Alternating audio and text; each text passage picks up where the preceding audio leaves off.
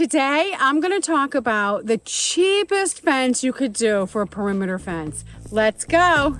I'm Becky. One day, I had enough. So I sold it all, moved to the country, and built my own log cabin with my own two hands. Now, I spend my time discovering new ways to live a simple, healthy lifestyle with more free time and way less stress. Then, sharing what I've learned with you. Welcome to Becky's Homestead. Today, I'm going to talk about putting up a very inexpensive fence. A lot of people don't like it. I've personally never had a problem with it. I do think it's the way you install it that makes the difference. And what I'm talking about is 18 gauge 2 barbed wire. So it's barbed wire, 2 barbs, 18 gauge, and it'll last forever. And if you put it up right, I've never had a problem with it ever. And I've had horses forever. And a lot of people say, like, if you have horses, like, they're prone to be accident prone or, you know, all that. And mine aren't, so thankfully. On my new property, Homestead Park, this is not what I contain my horses with. This is a perimeter fence. The key to putting this fence up good is you have to twist really, like, use big, I love these pliers. I've had these things for like 20 years. They like have great grippers and they can cut wire and they're like fat handles. So you can like squeeze them really hard and it doesn't hurt your hand. So your tools are very important. So get the right tools. Excuse me. And then I get a hammer that has a very curved claw. I want to show you the difference. This is a framing hammer. This is what you use like on 2x4s to frame your house and everything. Do you notice how straight this is right here? You can pull nails pretty easy and fast with this. It's like a nail grabber. This one can be a little more difficult because of the distance between the claw and the handle sometimes, the angle. So this is a framing hammer. I don't know what you call this thing, but just so you know, it has a very downward butt end. Okay, so also dress right when you come to do fencing because you stumble around. The bugs buzz around you, so I put like off on my hand, like I go like this on my ears because they seem to love your ears. And you know, you're gonna sweat, you're gonna get dirty. I've gotten stung by yellow jackets back here, ants, like everything. So, you know, be prepared, be tough. And then I'm going to show you how I put one of these on. Also, laying it out first is key to your success and ease. If you don't want to be like tortured and just dying to do it, lay it out good first. That takes longer than actually putting the fence up. You can see how straight those posts are.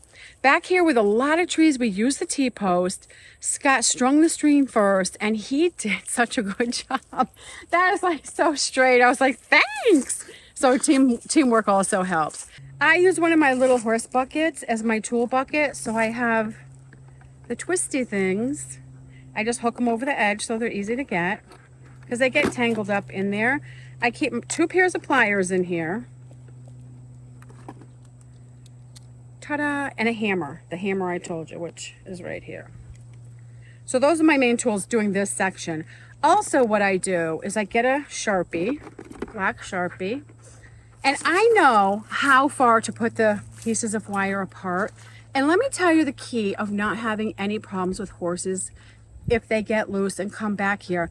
Never put the barbed wire low. You don't want the horse to just stand here and just get tangled and then like start running away. That's where all the issues happen. And then I mark every pole with the Sharpie. So now there's no more measuring. I just walk down here and I go to the next one. You pre-bend these, it makes it really easy. I'm gonna show you how to pre-bend it perfect. They have it bent like that.